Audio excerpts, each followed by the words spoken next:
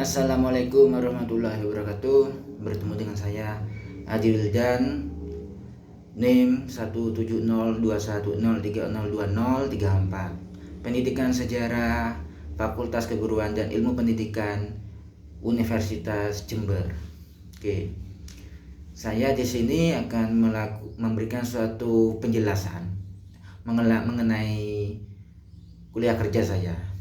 Di situ saya mendapatkan suatu pengalaman yang sangat signifikan. Apa signifikannya pada hari ini? Signifikannya bagi keberlangsungan kehidupan mereka adalah, terutama peserta didik. Karena kan memang judul kakak saya ini terkait dengan mengajarkan peserta didik kelas 5 SD matematika. Ya, mengajarkan matematika. Nah, ironinya, ketika mereka diajarkan matematika, mereka lebih suka dengan cara-cara yang lebih mudah, lebih cepat. Nah, misal guru mereka memberikan suatu cara dalam menghitung satuan, misal kilometer ke hektometer.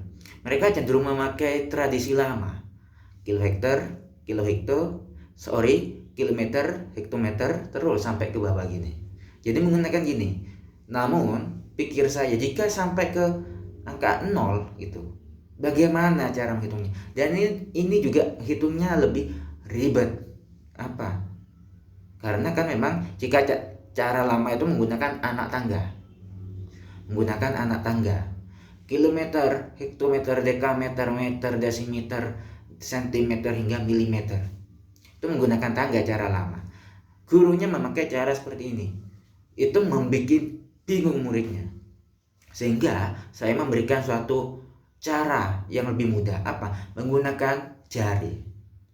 Bagaimana cara menghitungnya?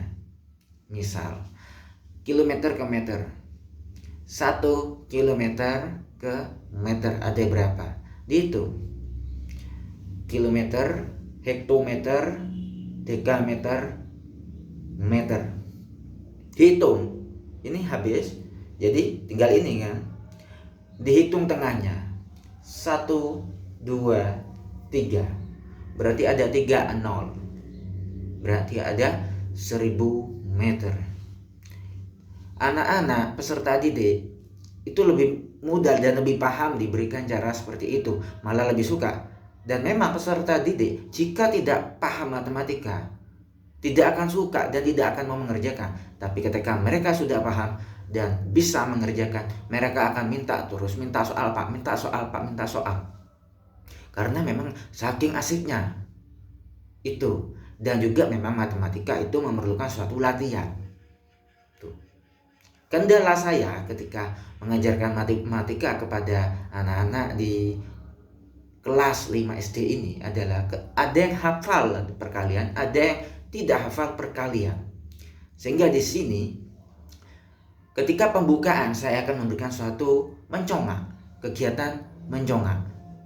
Dan di sela-sela pemberian materi, pemberian tugas, itu juga akan diberikan suatu mencongak perkalian. Misal, ketika anak itu mendapatkan suatu angka yang agak besar, misalnya 36 dibagi 6 misalnya, itu leren. Kalau Jawanya itu leren, masih porogapit kelamaan.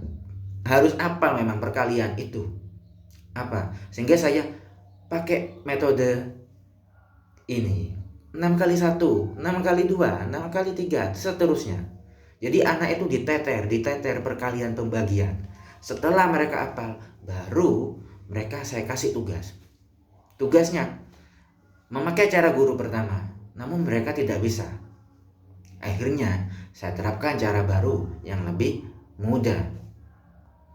Seperti itu. Itu kebanyakan cara-cara yang lebih simpel kalau saya itu. Atau misalkan dalam pecahan, ya, dalam pecahan pembagian, penjumlahan, itu juga harus diteter, latihan terus menerus. Lalu setelahnya baru saya memberikan suatu pekerjaan rumah. Dan ketika pertemuan lagi, mereka sudah mengerjakan, dikumpulkan lalu dijelaskan secara saksama ketika pertemuan berikutnya. Itulah pekerjaan kakak saya selama ada di rumah saja. Oke, sekian dari saya. Assalamualaikum warahmatullahi wabarakatuh.